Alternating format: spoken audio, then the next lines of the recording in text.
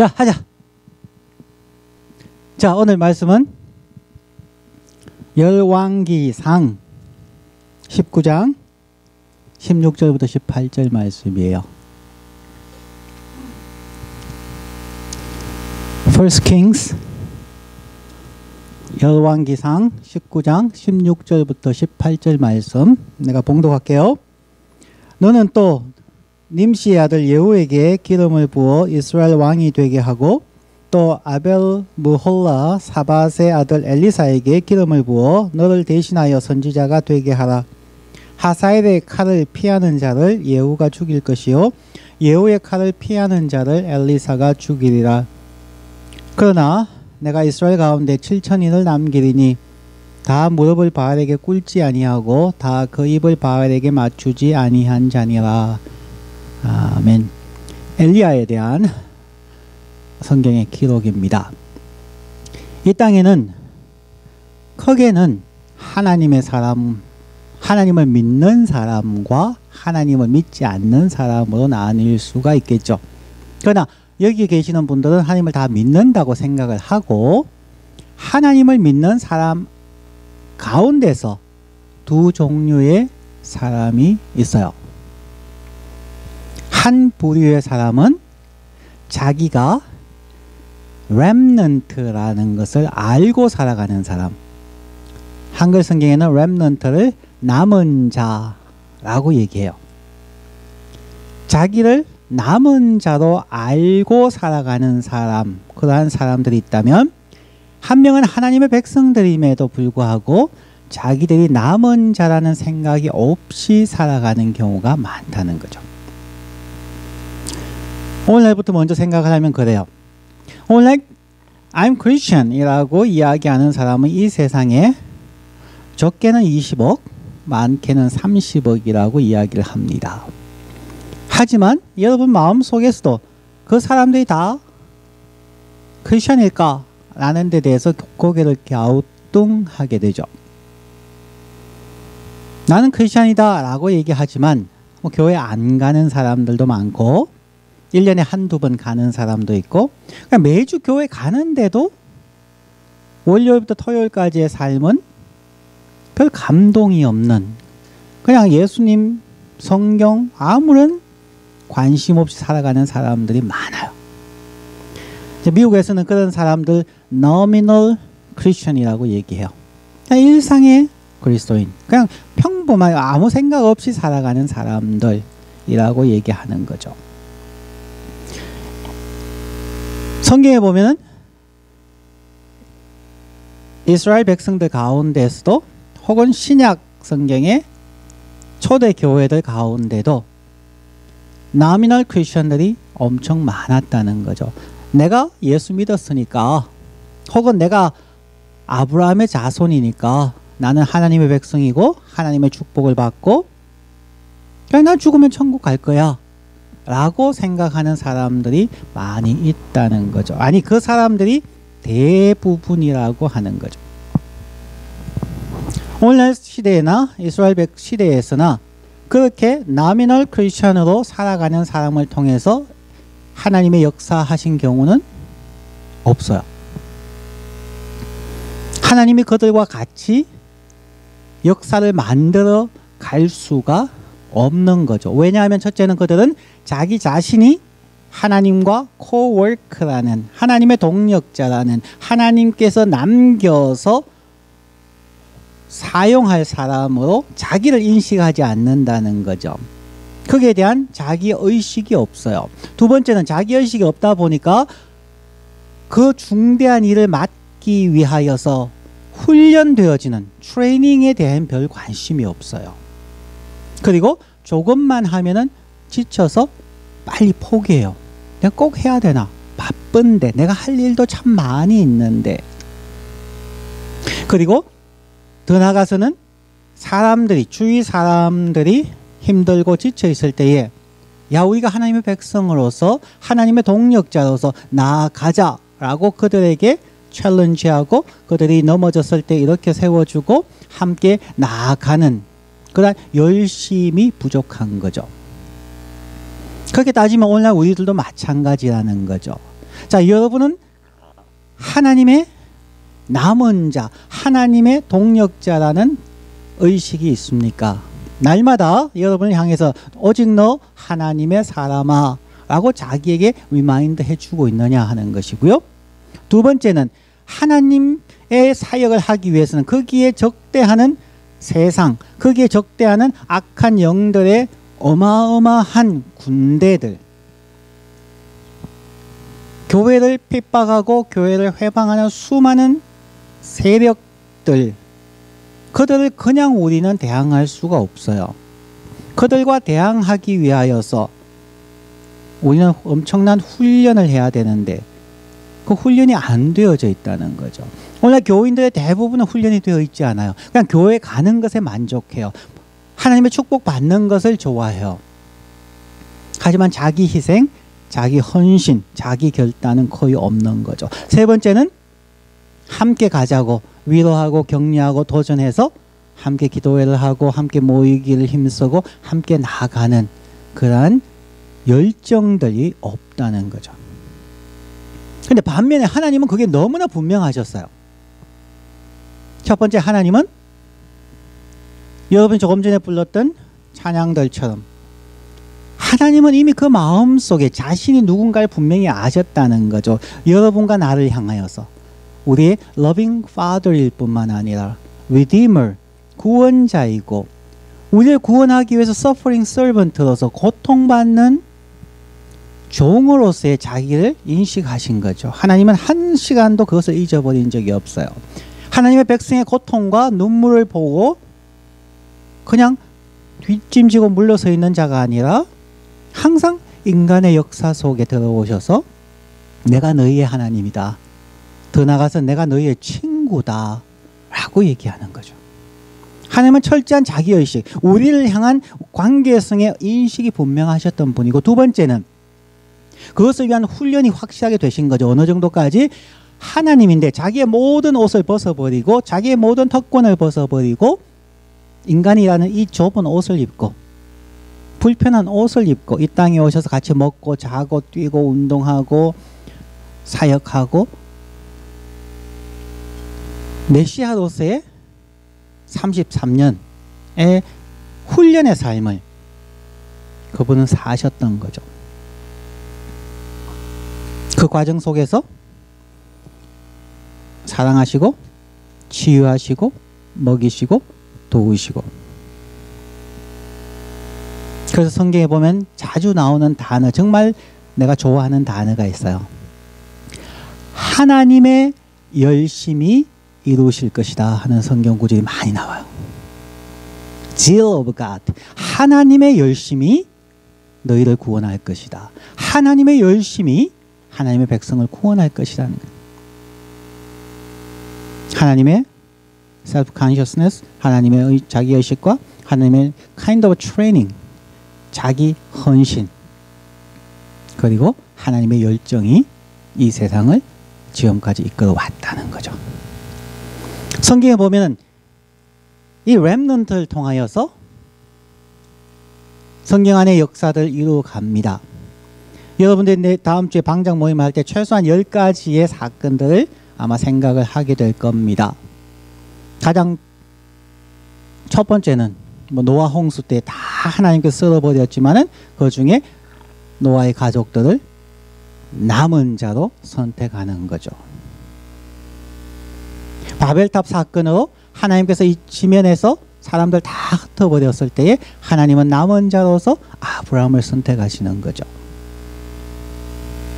출애굽기에서 애굽 왕이 이스라엘 백성들이 자꾸만 많아지니까 태어나면 남자면 다 죽여라. 아마 수없이 많은 아이들이 죽었겠죠.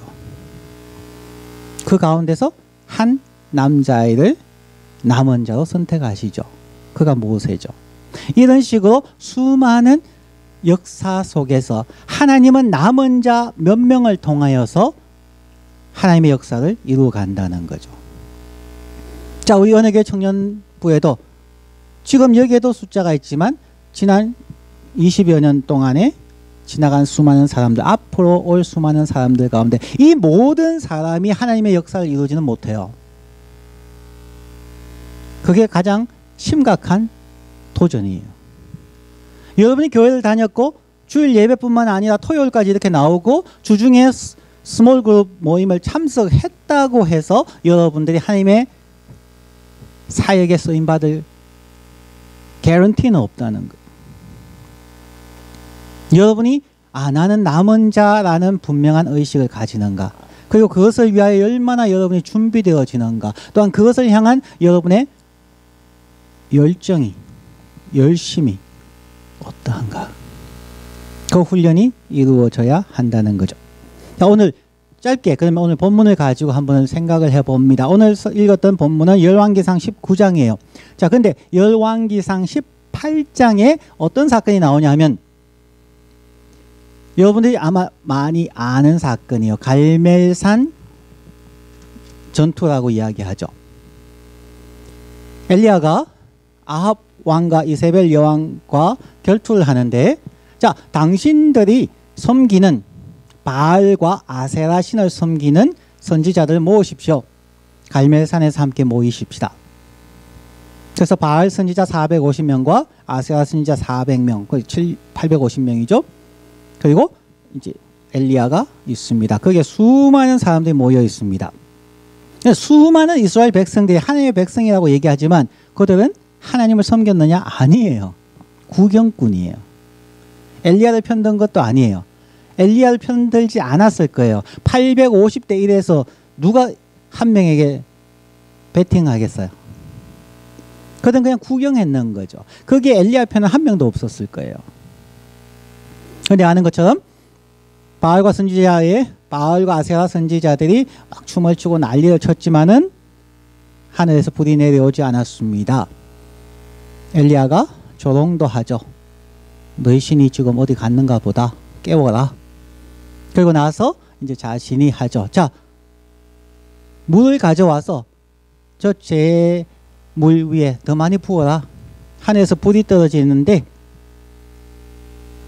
확실하게 하기 위해서 물을 확실하게 부어놓고 하겠다. 자, 그리고 나서 하나님 앞에 기도했고 하늘에서 불이 내려와서 거기에 있는 모든 재물뿐만 아니라 그 주위에 있는 도랑의 물까지 다 말려버렸습니다. 자, 여기까지 우리가 아는 거죠. 그 다음이 재밌는 거예요. 그 정도 되면은 여러분 어깨에 힘이 빡 들어가고 야, 간증하고 싶으시겠죠. 근데 엘리야는 간증할 힘이 없었어요.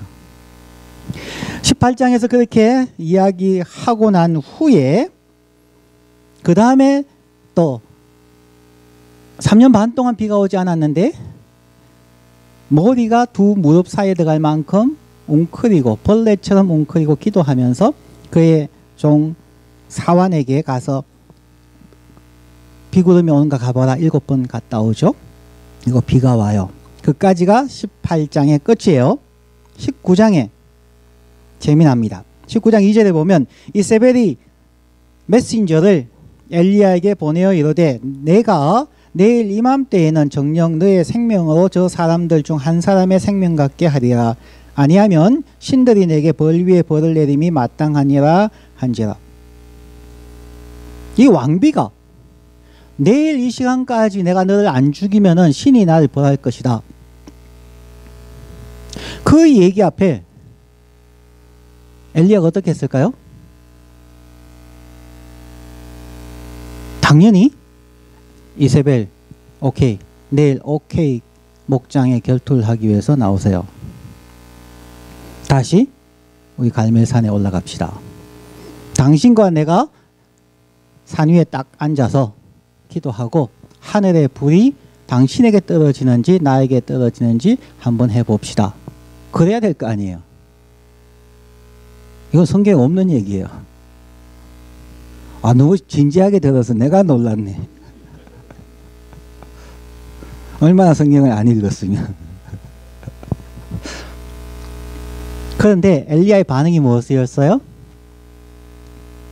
이세벨의 그 얘기를 듣고는 바로 도망가요.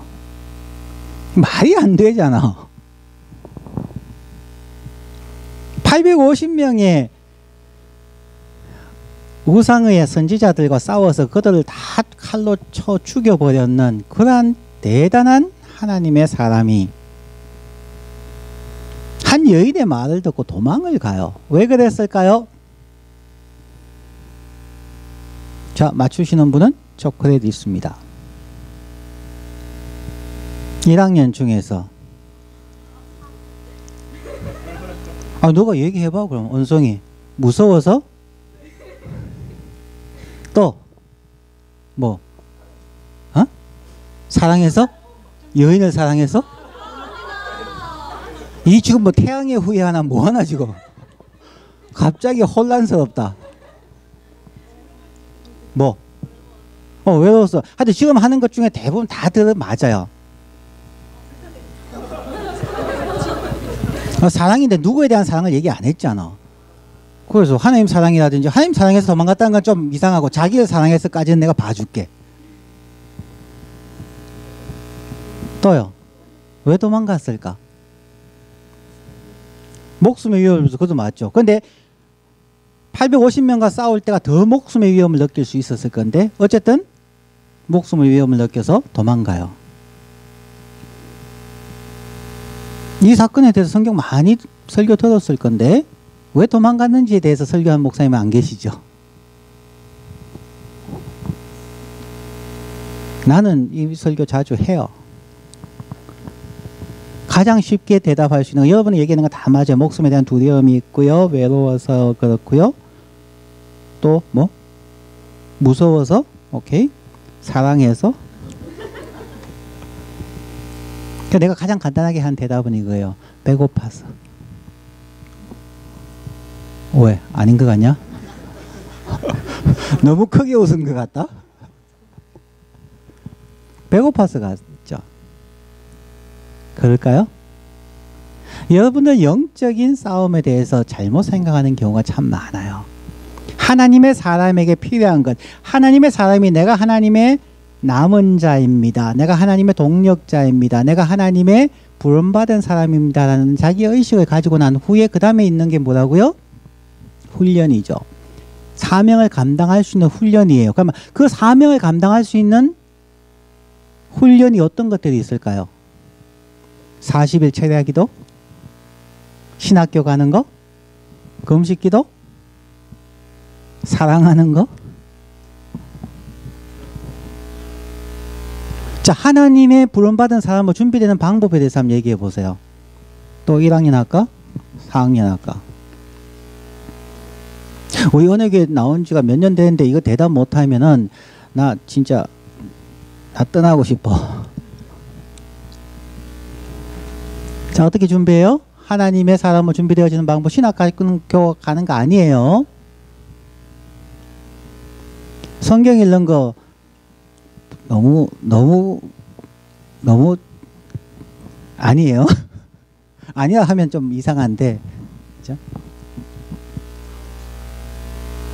우리 교회 나오면 무조건 해야 되는 거 있잖아. 수레바퀴 돌리는 거예요.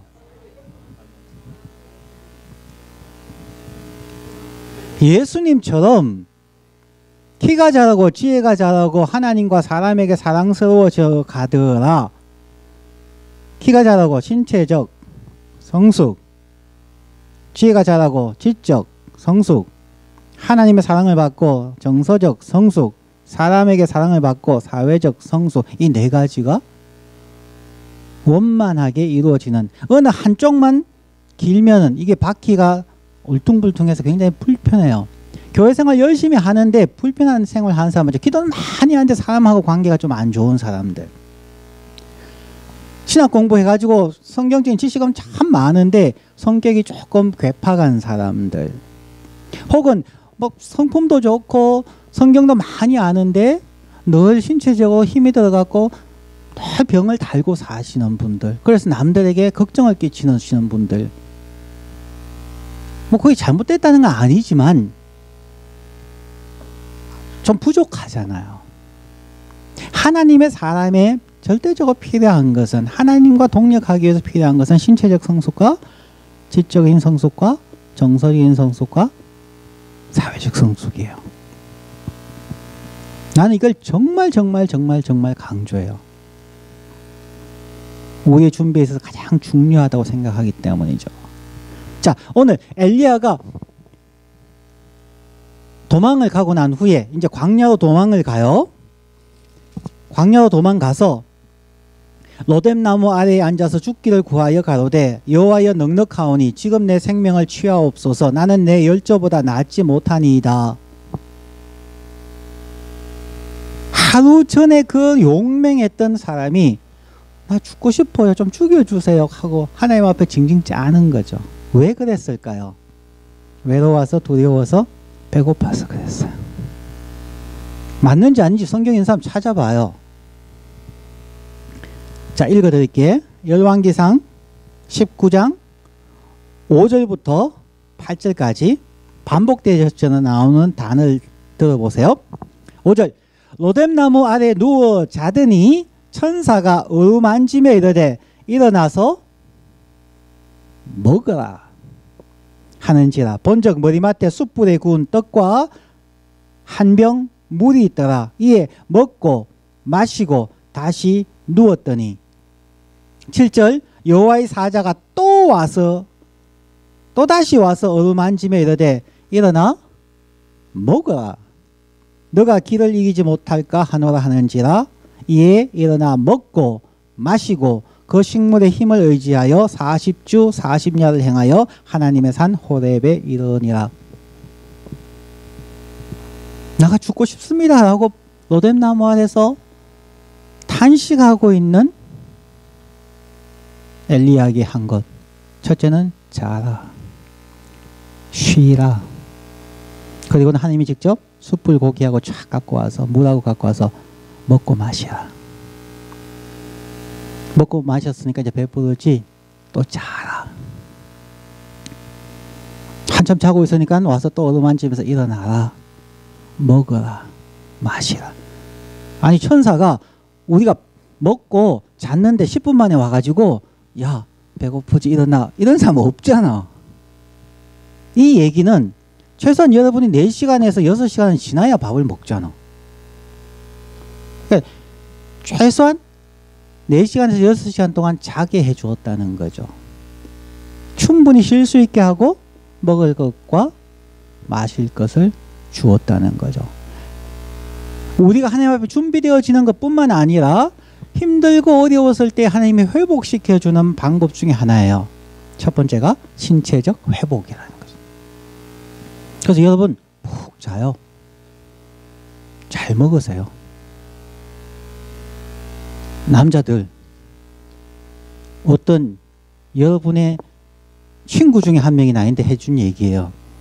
자기의 여자친구의 기준 중에 하나가 다이어트에 목매는 여자와는 절대로 사귀지 않겠다 그러더라고요.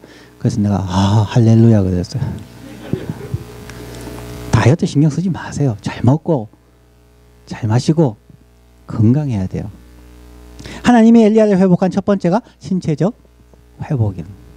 자고 먹고 마시고 자고 먹고 마시고 회복시켜 주는 거죠. 자, 두 번째 보면은 열왕기상 19장 11절부터 12절을 제가 읽어 드릴게요.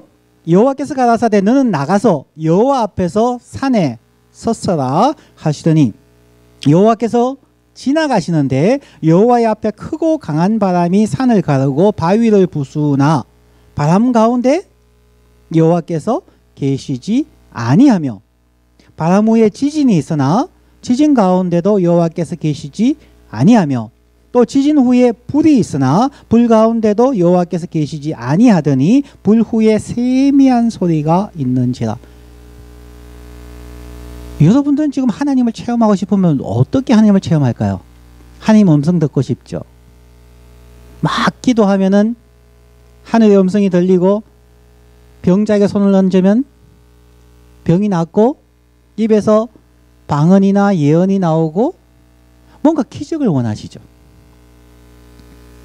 엘리야에게 자 엘리야 여기 섰어라 하고 하나님이 쫙 지나가시는데 급하고 강한 바람, 마치 오순절날 일어났던 것처럼 급하고 강한 바람이 불고요, 지진이 일어나고요, 어마어마한 기적과 같은 일들이 일어났는데 거기에 하나님이 없더라는 거죠.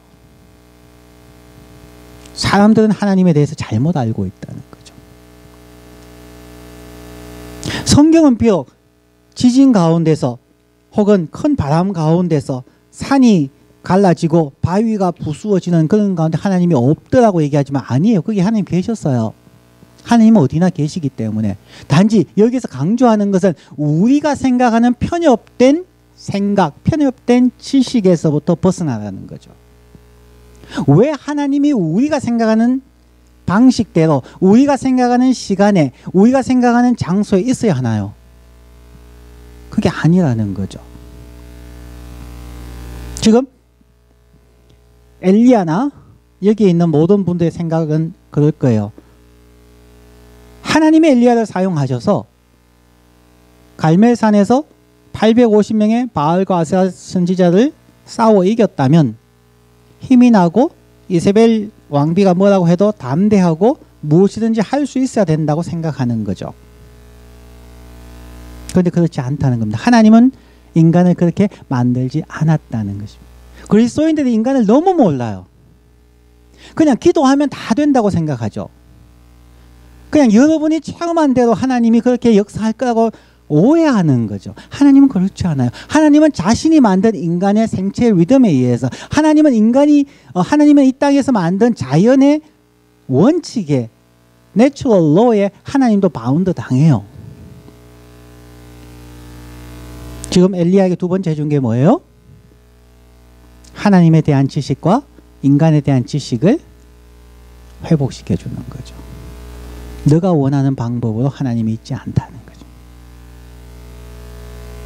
너가 잠시 전에는 그렇게 힘났다가 지금은 배고프고 힘들다고 로뎀나무 아래에서 앉아서 하나님 내가 죽고 싶습니다. 나 데려가십시오. 그거는 도대체 어디서 나온 지식이냐? 넌 하나님에 대해서, 인간에 대해서, 세상에 대해서 너무 모른다.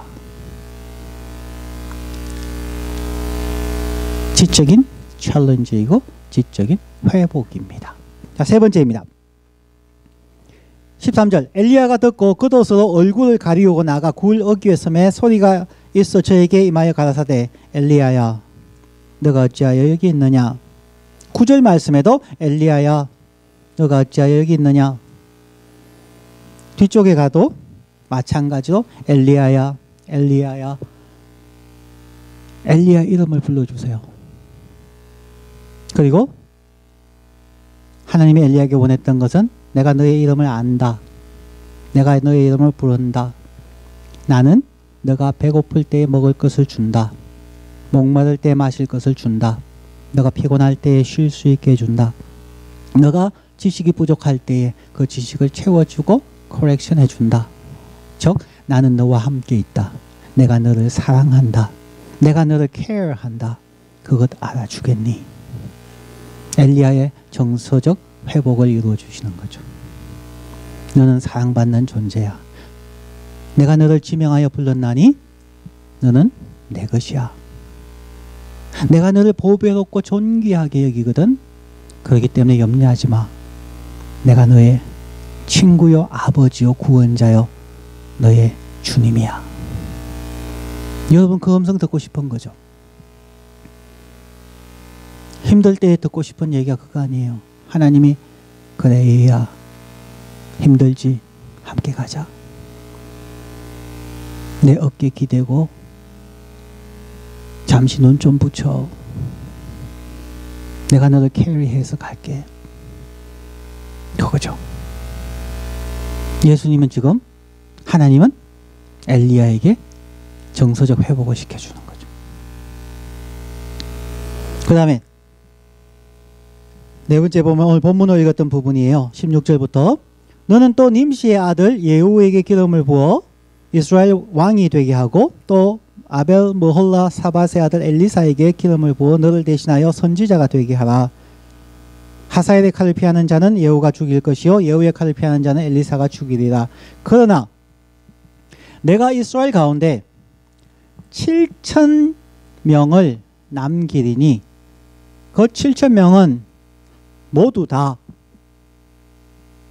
무릎을 바울에게 꿇지 아니하고 다 그 입을 바울에게 맞추지 아니한 자니라. 엘리야야 너가 힘든 이유가 이 세상에 너 혼자인 것 같지? 너가 갈멜산에서 싸울 때 다 구경꾼이었다고 생각하지?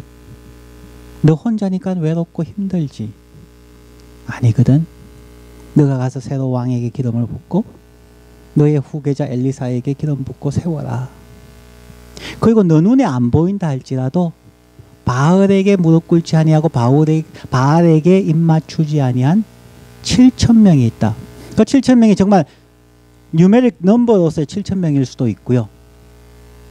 혹은 완전 숫자로서의 7과 완전 숫자로서의 10 times 10 times 10 해서 1000. 완전수 7 곱하기 가득 찬 만수인 10 또다시 10 또다시 10. 완전수 10의 삼위일체라고 할 수 있는 숫자죠. 즉 하나님은 하나님이 보시기에 충분한 남은 자를 지금도 보유하고 있다는 거예요. 우리 눈에 안 보이지만 어디에 있는지 알지 못하지만 하나님은 그 7,000명을 완전한 수의 사람들을 지금도 훈련하고 있다는 거죠. 지금도 부르고 있다는 거죠. 지금도 동행하고 지금도 그들과 동역하고 있다는 거죠. 말씀을 정리합니다. 우리의 눈에 보이는 것을 가지고 판단하지 마십시오. 지난번에 대예배 때 설교했지만 우리는 현상계, 우리 눈에 보이는 현상계만 보는데 우리 눈에 보이는 현상계는 실제가 아닐 가능성이 많아요. 그때 제가 응팔 설교하면서 했죠. 응답하라 1988 할 때 사람들이 보기에는 그냥 그게 채택과 뭐 이런 얘기들이었지만 작가나 감독의 마음속에는 훨씬 그 이전의 이야기를 가지고 뭐 수로 왕을 비롯하여서 그의 인도에서 온 공주와의 결혼 이야기를 가지고 그 작품을 만든 거예요. 그것을 사실계라고 얘기하죠. 현상계를 보고 흔들리지 마시고 사실계를 볼 수 있는 눈이 있어야 됩니다. 그러면 여러분이 흔들리지 않을 겁니다. 자, 역사는 요약합니다. 역사는 수십억의 그리스도인에 의해서 이루어지는 것 아닙니다. 캘빈 대학교 4,000명의 학생에 의해서 캘빈의 영성이 이루어지지 않습니다. 하나님이 선택한 남은 자 몇 명에 의해서 100명일지 1000명일지 난 몰라요. 꾸준히 하나님을 사랑하고 자기가 누구인지를 남은 자라는 것을 알고 남은 자로서의 사명을 위해서 준비되어지고 또한 그 열정을 가진 사람, 열심히 체력 단련하시고 열심히 트레드밀 가서 뛰고 열심히 웨이트리프팅 하고 열심히 산책하고 그게 다 영성이에요. 자기의 신체를 잘 돌보십시오. 지적으로 하기 싫다고요? 공부 열심히 하십시오.